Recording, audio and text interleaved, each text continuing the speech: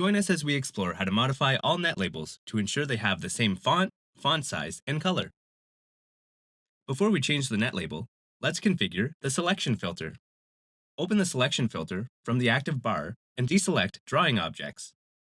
After applying a filter selection, note the filter menu will have a green dot indicating that a filter selection is active. Right-click on one of the net labels, such as I/O Reset. In the right-click menu, click on Find Similar Objects, also referred to as FSO for short. This will open the Find Similar Objects window. Set the selection options as shown. Set the object kind to Same. And check off all the options at the bottom to be the same as shown here. Click OK. Notice that all the net labels in the schematic are now selected.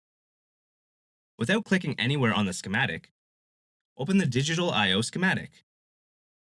Notice that the net labels in this schematic are also selected.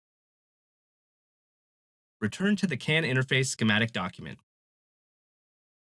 While the net labels remain selected, open the Properties panel if it's not open already.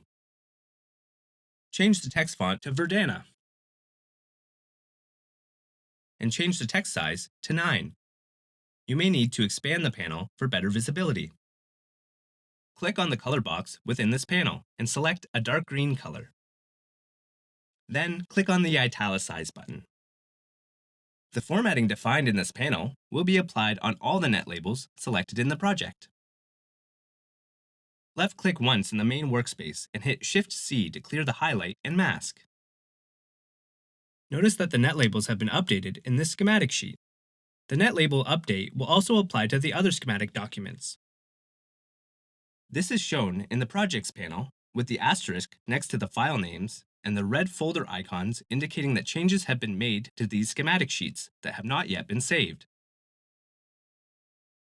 By opening these schematic sheets, we can confirm that the net label formatting has been updated.